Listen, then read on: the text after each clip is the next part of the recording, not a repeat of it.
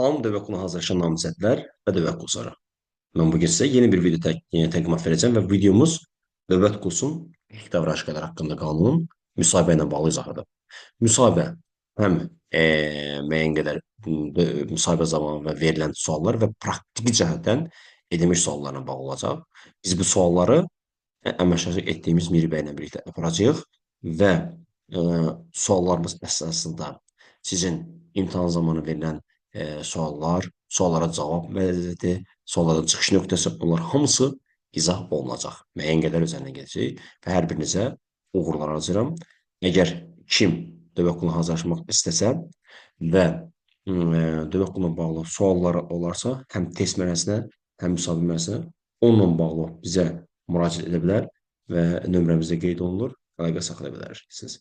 Və hər bir kəsə bir daha uğurlar arzu edirəm. Miri bəy qoşuna kimi bir şeyləri qeyd etmək istəyirəm ki, bu dövlət qulluğunun etik davranış qaydalarına bağlı olan bir məsələlərini müsahibə zamanı çox geniş edirlər. Əsas müsahibədə verilən mövzular içərisində soruşulacağı ən mühüm nöqtə konstitusiya olur, dövlət qulluğu olur, ondan sonra etikə və korrupsiyaya da müəyyən qədər yer ayrılırlar. Remizlərimizdən də müəyyən qədər sağ olun. İndi və bizə Miri bəy qoşuldu və Miri bəy axşamınız xeyir, necəsiz? Hər vaxtınız xeyir olsun mənim. Və Yaxşıyam, siz necəsiz? təşəkkürlər. Başlayaq bizim bu dövlət qulluğunun dövlət etik davranış qaydaları haqqında qanunla bağlı suallarımıza. İlk öncə etik davranış qaydaları haqqında qanun kimlərə şamil olacaqdır? Etik davranış qaydaları haqqında qanun bütün dövlət qulluqçularına şamil edilir.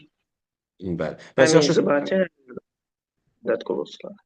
bəli, düz böldü ki, həm inzibati və həm yardımçı. Əgər bu qanun yardımçı vəzifə tutan şəxslərə şamil edilir dediniz. Niyə görə yardımçı şamil olur? Yardımçılar and içmirlər, yardımçılar dövlət qarşısında öhdəlik götürmürlər, amma bu qanun yardımçı vəzifə tutan dövlət qulluğuna şamil olur. Səbəb nədir? Çünki misal göstərə bilərik ki, biz hər hansı bir dövlət orqanına gedə bilərik və həmin dövlət orqanında yardımçı vəzifə tutan dövlət qulluqçu bizə qarşı kobud davranış göstərə bilər. Onun tutaq ki, vicdanlı davranışı, loyallığı və digər etik davranış qaydalarına əməl etməyə bilər və bu da həmin dövlət orqanının nüfuzunu aşağı sala bilər. Biz bilirik ki, etik davranış qaydaları haqqında Azərbaycan Respublikasının qanunu əsas məqsədlərindən biri odur ki, dövlət qulluqçu həmin dövlət orqanının nüfuzunu yuxarı qaldırmalıdır, yəni aşağı salmamalıdır. Bununla bağlı belə deyək də hərəkətlərə yol verməməlidir. Bu səbəbdən dövlət qulluqçularına etik davranış qaydaları haqqında qanun bütün dövlət qulluqçularına şamil edilir. Düzdür. Və keçək digər bir sualımıza. Neçə etik davranış qaydaları var və misal olaraq hansıları göstərmək olar? Ümumi 15 etik davranış qaydası var.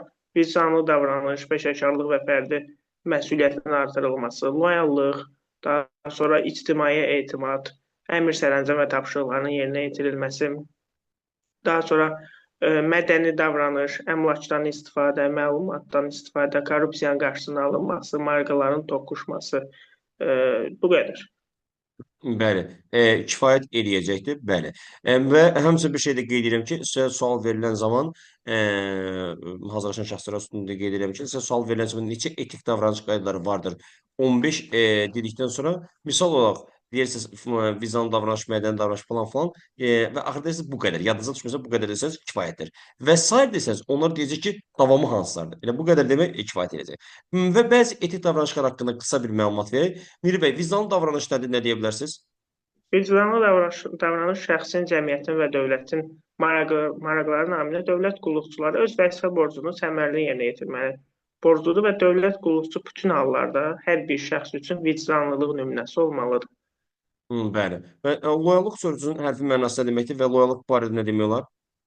Loyallıq sözünün hərfi mənası sədaqətli deməkdir. Yəni dövlət qulluqçu qulluq keçisi dövlət orqanına sədaqətliyini bildirməlidir və qanuni dildə desək, dövlət qulluqçu onun xidməti vəzifəsinə aid olmadığı hallarda dövlət orqanlarının onların rəhbərlərinin fəaliyyəti ilə əlaqədar tənqidi ictimai çıxışlardan, mülahizələrdən və onların fəaliyyətinə ictimai qiymət verilməsindən çəkinməlidir.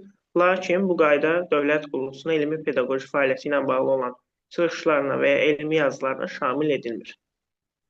Bəli. Və Miri bəy, dövlət qulluqçusu orada belə bir cümlə vardı. qanunverici bağlı olaraq Dövlət qulluqçusu qanunverici ilə müəyyən edilmiş qaydada dövlət qulluğu ilə bağlı nəzərdə tutulmuş məhdudiyyətlərə əməl etməsi də onun loyallıq etik davranış qaydasına aid edilir. bəli. Və bir şey də açıqlama verim ki, bunun Mir bəy də düz vurğuladı ki, qanunverici hüquq məhdudiyyətlərə əməl etməlidir. Müsahibə zamanı belə bir sual veriblər ki, məsəl üçün məhdudiyyətlərə bir cümləni misal gətiriblər. Tutaq ki, dövlət qulusu deyir, dövlət orqanı rəhbərinə bildirmədən xarici ölkənin vəsaiti hesabına oraya gedə bilərmi? Əlbəttə gedə bilməz. Sonra sual verir ki, bu etik davranış qaydaları olaraq hansına aiddir? Cavab loyallığa. Necə ki, çünki orada qeyd olunur ki, qanunvericiyə uyğun olaraq məhdudiyyətlərə əməl etməlidir. Bu da ona görə ona aid edəcəkdir. Düzdür.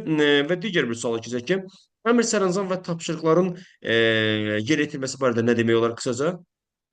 Dövlət qulluqçusu birbaşa və yuxarı rəhbərinin qanuna uyğun və səlahiyyətləri daxilinə qəbul etdiyi yazılı əmri, sərəncamı və ya verdiyi şifahi tapşırığı yerinə yetirməyə borcludur.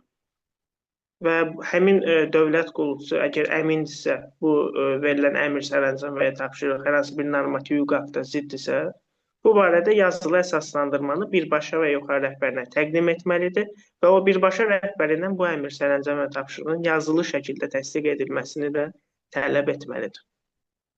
Və Sərşad Mir bəy, dövlət qulluğuna qanunsal olaraq maddi və sair nemətlər, imtiyazlar, güzəştlər təklif olunmalıdır. Dövlət qulluğu nə etməlidir? Dövlət qulluqçusu birmənalı olaraq bunlardan imtina etməlidir. Hı -hı. Bu Və ondan asılı ondan olmuyor. asılı olmayan Buyurun. səbəblərdən də verilərsə, bəli, onu həmin belə deyək də birbaşa rəhbərinə müraciət etməlidir bununla bağlı. Bəli, məlumat verməlidir və xüsusilə qulluq peşə dövlət orqanına təhvil verməlidir. Mir bəy, imtahanların birində sual vermişlər ki, onun asılı olmayan səbəblər dedikdə bu nə nəzərdə tutulurdu? Ondan asılı olmayan səbəblər dedikdə, yəni həmin şəxs öz xidməti vəzifələrini icrasına həyata keçirən zaman ondan asılı olmayaraq, tutaq ki, hər hansı bir maddi və sair nemətin, tutaq ki, hər hansı bir şəxsdə gəlib dövlət qulluqçunun qəbuldan çıxan zaman tutaq ki, pendir qoyur və yaxud da ki, digər qiymətli bir əşyasını qoyur, bu ondan asılı olmayan səbəblər misal ola Bəli. bilər. Qoyub gedir və bu gələn zaman otağa daxil olan zaman görür və bu ondan sonra səbəblərdə olur və gedir.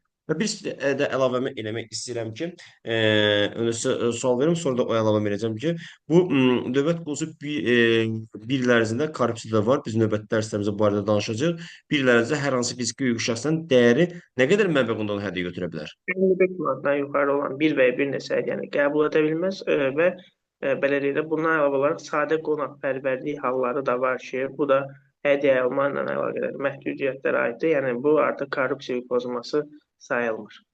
Hı. Və bir şey də əlavə edeyim ki, Miri bəyin dediyinə nəzərən, bu müsahibədə dəfələrlə sual veriblər ki, icazə verir. İlk öncə bir şey qeyd edeyim ki, 50 manat dəyərində, 55 manat dəyərində biz onu bu şəkildə götürə bilərik, çünki maddi nemətdir. Bunu demək istəyirəm və ikinci bir məsələni də əlavə eləmək istəyirəm ki, sual verirlər ki, icazə verilir ki, qanun sənə bunu götürəsən və daha sonra isə digər bir qanunda deyir ki, sən bunu korrupsiya adına edirsən. Burada necədir vəziyyət? Yadda saxlayın ki, bu zaman 14-cü maddə xidməti vəzifəsinin qərarsız icrasının təsirinə və bu cür təsir halları hallar istisna olmaqla. Xidməti vəzifəsini mütləq vurğulamaq lazımdır ki, müsahibə zamanı onu qeyd edirlər. Və Miri bəy, maraqların toqquşması qarşısının alınması barədə qısaca nə deyə bilərsiniz və çalışaq ki, bura misal gətirək və Bəli. maraqların toqquşması çox vaxt hər yerdə olur və maraqların toqquşması deyilib bir dənə bir şey yadda saxlayın ki, şəxsi maraqlar deyirlər. Hansı maraqlar? Şəxsi maraqlar. Bu sözü mütləq yadda saxlayın. Buyurun Miri bəy, davam edin.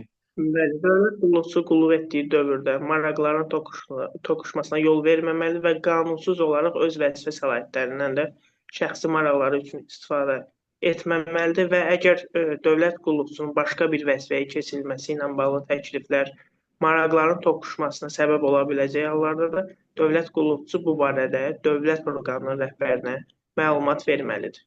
Buna aid belə bir misal göstərə bilərik ki, tutaq ki, hal-hazırda işləyirəm əmək müfəttişliyində və dövlət orqanı rəhbəri məni rotasiya edir başqa bir vəzifəyə, tutaq ki, Qida Təhlükəsizliyi Agentliyinə və mən nəzərdə tuturam ki, Qida Təhlükəsizliyi Agentliyinə keçid etdikdən sonra müəyyən, tutaq ki, ət kəsim məntəqələrinə daimi yoxlanışa gedəcəm və görürəm ki, yəni fikirləşirəm ki, mənim burada qohumum var və həmin qohuma mənə hər hansısa bir imtiyazlar, güzəştlər verə bilərəm və bununla bağlı dərhal dövlət orqanı rəhbərinə məlumat verməliyəm ki, məni həmin vəzifəyə yox, başqa bir vəzifəyə keçirsin. Maraqların toqquşmasına belə bir misal göstərə bilərik müsahibədə. Hı hı, bəli, kifayət edəcəkdir. Bir və bir-iki dənə suallar verək. Ondan sonra kifayət edər. Və əlavəmi də bir şeydə əlavə eləmək istəyirəm ki, ictimai və siyasi fəaliyyətlə bağlı dövlət qulusu sual verirlər, ictimai və siyasi birliyə üzv ola bilərmi? Bəzi cavablar deyirlər, bəli, bəzi cavablar deyirlər, yox. Amma yadda saxla ki, qanunvericidə başqa qayda nəzərdə tutulmuşsa, ola bilər.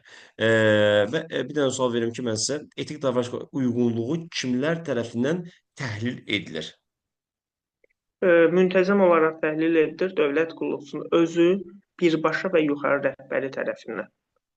Bəli, və bir əlavəmi də eləmək istərəm ki, özü deyək olar sual verilən müsahibədə özü tərəfindən necə təhlil olunur? Hər zaman özümüzün özümüzə verdiyi bir sualdır ki, mən məsəl üçün tutaq ki, özümü götürüm, filan kəsən dərs zamanı vicdanlımı dedim, mədənimi davrandım, loyallığa əməl edimmi? Bunu özümüzün öz üzərimizdə qısa bir təhlil məsələsi də deyə bilərik. Və məsəl üçün Miri bəy, bu nəzarət məsələsi var. Bu nəzarət kimlər tərəfindən olunacaqdır? Dövlət orqanlarında belə deyək, etik davranış qaydalarına əməl olunmasına nəzarət dövlət orqanının rəhbəri xidməti qaydada yuxarı orqan tabeçiliyi əsasında həyata keçirir.